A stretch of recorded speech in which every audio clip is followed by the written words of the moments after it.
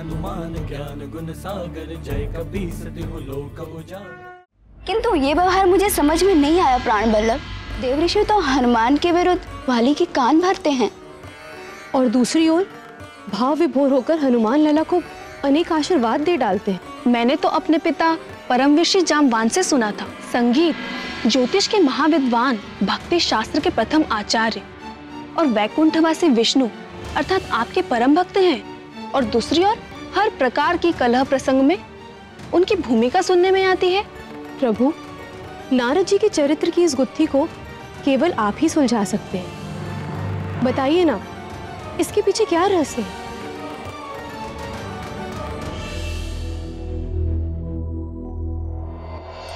श्रद्धेय नारद जी, सृष्टिकर्ता ब्रह्मा जी के 17 मानस पुत्रों में से एक है। ये 17 पुत्र मानसिक संकल्प मात्र से ब्रह्मा जी ने अपने शरीर के विभिन्न अंगों से उत्पन्न किए। भक्त नारद का जन्म ब्रह्मा जी की गोद से हुआ और उनके एक अन्य पुत्र दक्ष का जन्म ब्रह्मा जी के अंगूठे से हुआ। एक ही पिता की 2 संतानें, दक्ष और नारद। इन दोनों के बीच का मतभेद ही नारद जी की कलह प्रियता का कारण बन गया। भजमन नारायण नारायण हरे। पूर्व कर्मों के कारण नारद जी के मन में संसार के प्रति वैराग्य जागा हुआ था। अतः नारद जी ने गृहस्थ आश्रम को स्वीकार नहीं किया और वो वैरागी भक्त हो गए।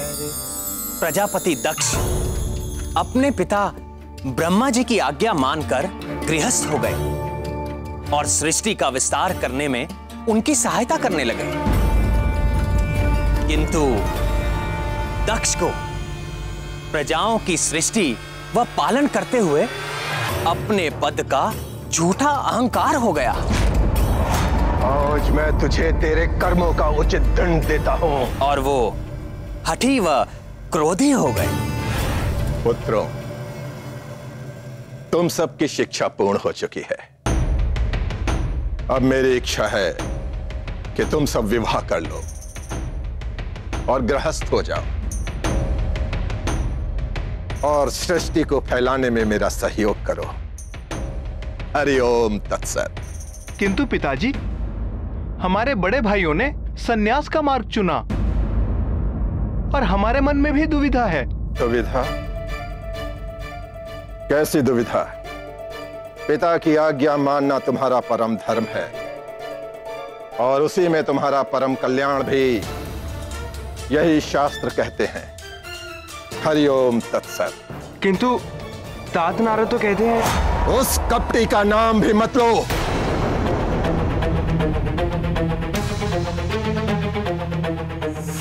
ये उसी नारद की नीचता थी जिसके कारण तुम्हारे बड़े भाई सन्यासी हो गए।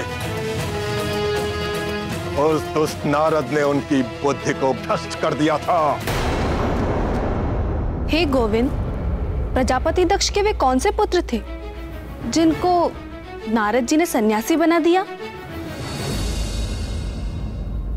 जब ब्रह्मा जी ने दक्ष को सृष्टि का विस्तार करने के लिए कहा तो दक्ष ने अपनी पत्नी वीरनी के गर्भ से हर्यश्व नामक 5 सहस्र पुत्रों को उत्पन्न किया। नारद जी ने उन्हें गृहस्थ आश्रम के विरुद्ध उपदेश देकर सन्यासी बना दिया। इस प्रसंग में भी नारद का कोई दोष नहीं था। उन दक्ष पुत्रों की बुद्धि गृहस्थ आश्रम में नहीं थी। अपने पूर्व कर्मों के कारण वो सन्यास के अधिकारी हो ही चुके थे। नारद ने केवल उन्हें प्रेरणा भर दी। तो प्रजापति दक्ष ने फिर क्या किया? देखो मेरे पुत्रों, मेरे पास क्या नहीं है। धन संपदा है, पशुधन है, राज्य है, हंसता खेलता परिवार है मेरा। संसार का हर सुख मुझे उपलब्ध है। क्यों? क्योंकि मैं गृहस्थ हूं।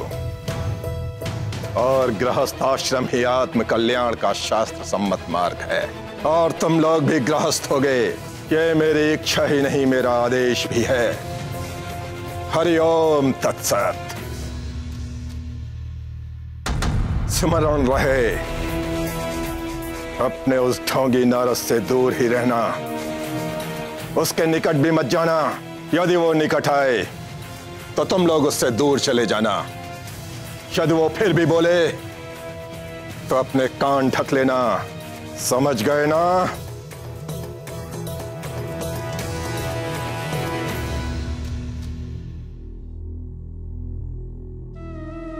कहीं नारद जी उन्हें भी समझाने तो नहीं आ पहुंचे? श्रीमन नारायण नारायण हरे हरे, भजमन नारायण नारायण हरे हरे। ये कैसा व्यवहार है भतीजों? ना नमस्कार, ना प्रणाम, ना आदर, ना कोई सत्कार। या प्रजापति दक्ष ने तुम सबको यही शिक्षा दी है? जी पिताजी ने हमें यही शिक्षा दी है। उन्होंने कहा है कि आपसे दूर रहें और आपके निकट भी ना जाएं। और यदि आप निकट आए तो हम दूर चले जाएंगे। और फिर भी आप बोलें तो अपने कान ढक लें।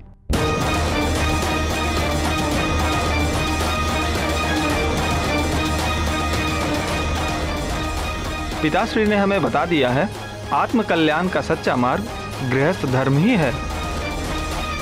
हम गृहस्थ बनेंगे और सदैव सुखी रहेंगे। किंतु प्रजापति दक्ष भी तो गृहस्थ हैं। वे सदैव सुखी क्यों नहीं रह पाते? सोचो सोचो।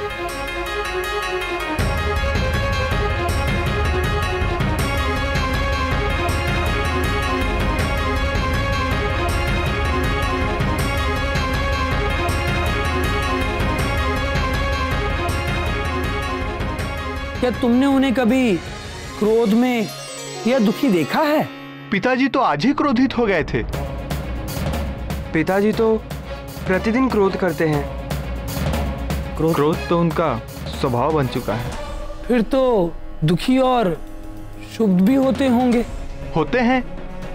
यदि उनकी बात प्रमाणित होती तो क्या उनके साथ ऐसा हो सकता था?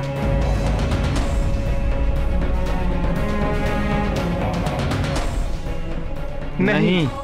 अच्छा भी है, बताओ, क्या तुम में से किसी ने भी मुझे कभी भी क्रोध करते हुए या आंसू बहाते हुए देखा है? नहीं, आप तो सदैव प्रसन्न मुद्रा में ही रहते हैं। क्या मैं गृहस्थ हूं? नहीं।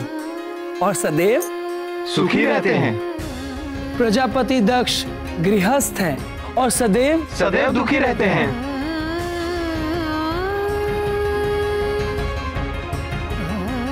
क्या रहस्य है तात? हमें भी समझाइए। वैराग्य, इच्छाओं से मुक्त। इच्छाओं से मुक्त होते ही व्यक्ति के सारे दुख समाप्त हो जाते हैं। ऐसा नहीं कि वैवाहिक व्यक्ति सदैव दुखी ही रहेगा, पर साधारण मनुष्यों के लिए विवाह करना और सुख भी पाना बड़ा ही कठिन है। भगवान महादेव और जगदम्बा पार्वती का विवाह सफल है क्योंकि उनमें सांसारिक इच्छाएं नहीं हैं। उनसे उपजने वाले लोभ, मोह और क्रोध जैसे भाव नहीं हैं। उनके पवित्र आदर्श का जो दंपति पालन करते हैं वे सदैव सुखी रहते हैं, जैसे महर्षि अत्रि और सती अनसुईया। यदि तुम लोग स्वयं को उनके समान ज्ञानवान मानते हो तो कर लो विवाह। और यदि अभी तुम्हारे भीतर ज्ञान का पूरा प्रकाश नहीं हुआ है तो सावधान, सोच समझकर करना विवाह। अतः मेरे भतीजों, मैंने तुम्हें दोनों मार्गों का लाभ और हानि बतला दिया है। जिसको जो भाता है चुन ले और हरि भजन करे। श्रीमन नारायण नारायण हरे हरे, भजमन नारायण नारायण हरे हरे।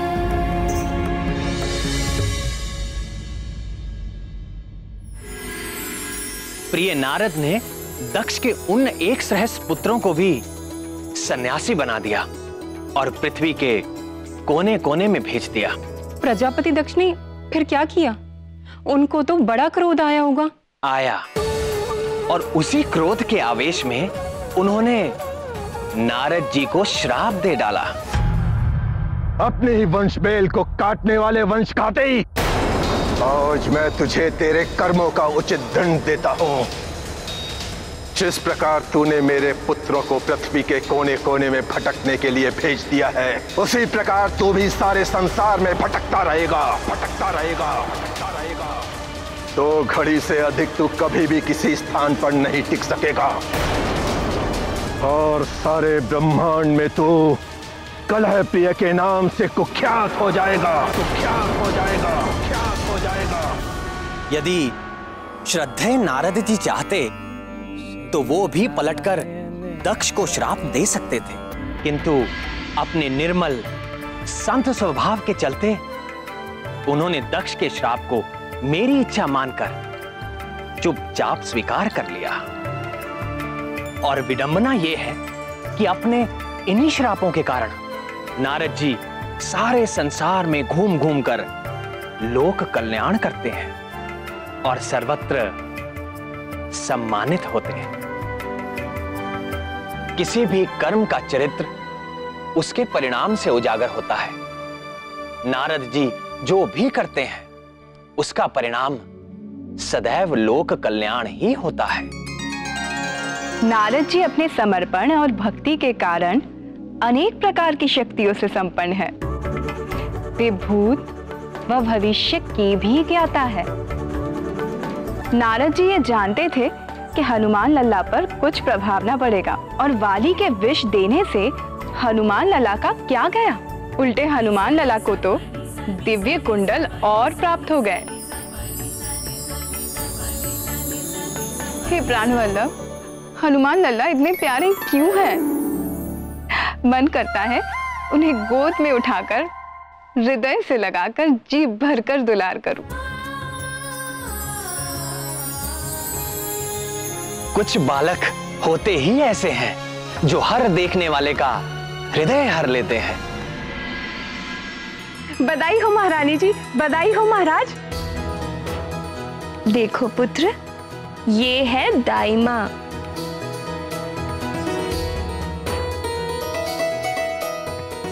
ले ले ले ले, ऐसा सुंदर बच्चा, इतना प्यारा बच्चा तो मैंने आज तक नहीं देखा।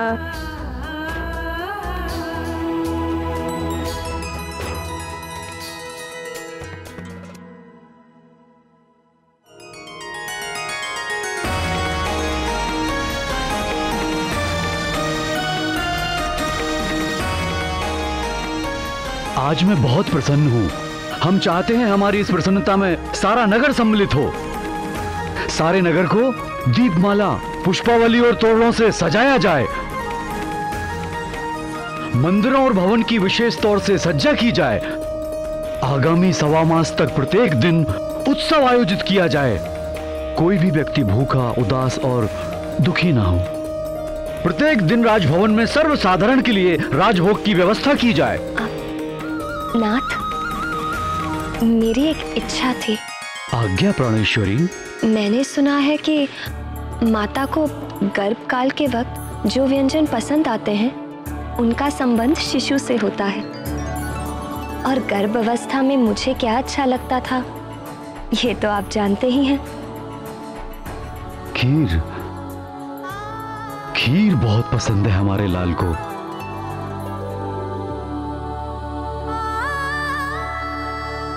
मैं चाहती हूँ कि अन्नप्राशन तक प्रतिदिन नगरवासी खीर खाकर तृप्त रहें।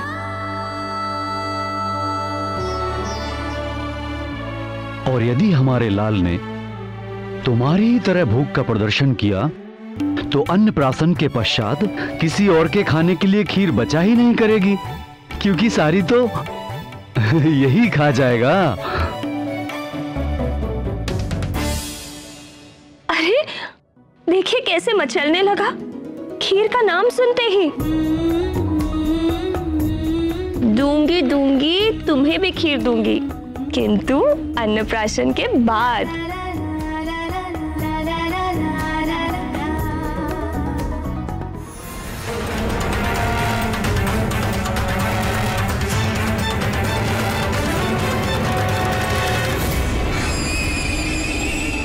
कितने वर्षों के पश्चात युवराज के जन्मोत्सव का ये शुभ अवसर आया है। प्रातःकाल के उस अलौकिक तेज को पंडितों ने बड़ा ही शुभ सगुन बताया है। वो दिव्य तेज हमारे युवराज की देह से ही निकला था। क्या? तब तो निश्चित ही किसी दिव्यात्मा ने अवतार लिया है हमारे युवराज के रूप में।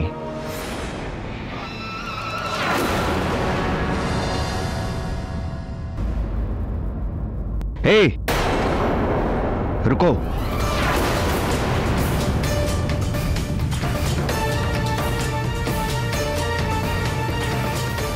लो भाई, मुंह मीठा करो, खीर खा लो। अरे संकोच मत करो, तुम जानते नहीं हो क्या, युवराज ने जन्म लिया है। ले लो।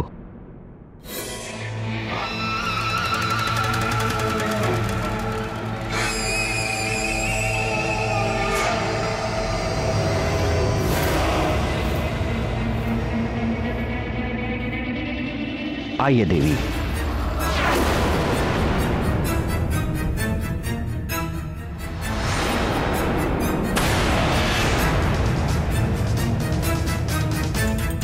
अब तो खीर से घृणा हो गई है। एक बार बच गया, पर मुझ महानतम का वार व्यर्थ नहीं जाएगा हर बार।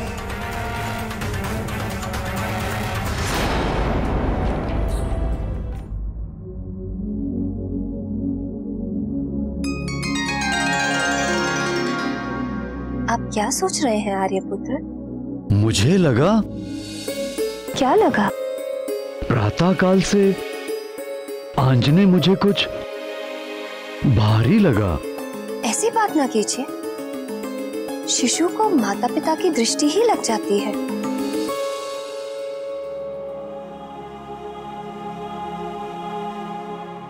वाली ऐसा अहंकारी था जिसे किसी भी स्थिति में हार स्वीकार नहीं थी।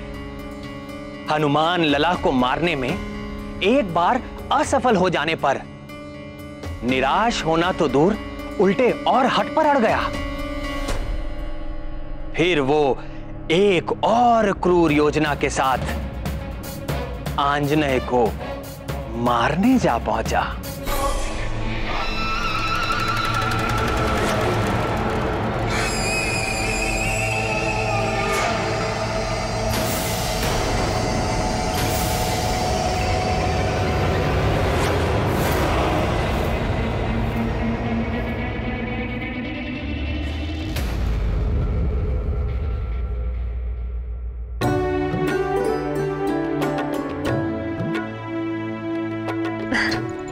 लाइए, केसरी नंदन को मुझे दे दीजिए।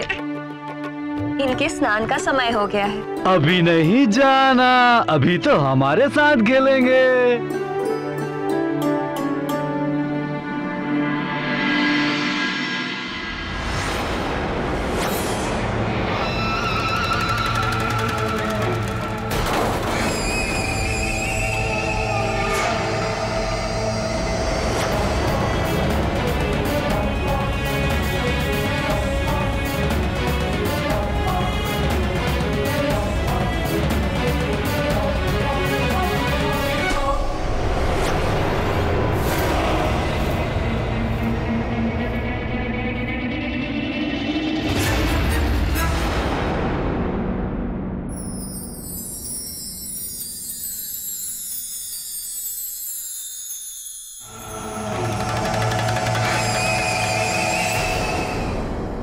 आज तो मेरे केसरी नंदन के स्वास्थ्य को उसके पिताजी ही दृष्टि लगा रहे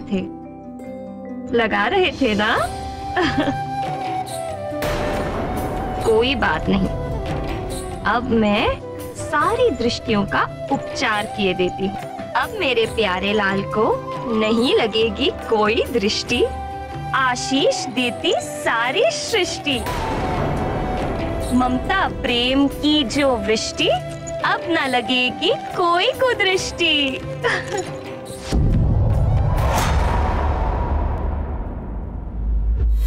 मुझे देख रहा है, मुझ महानतम को ही देख रहा है तो सुन ले मरकट, मैं महानतम तेरा काल हूँ।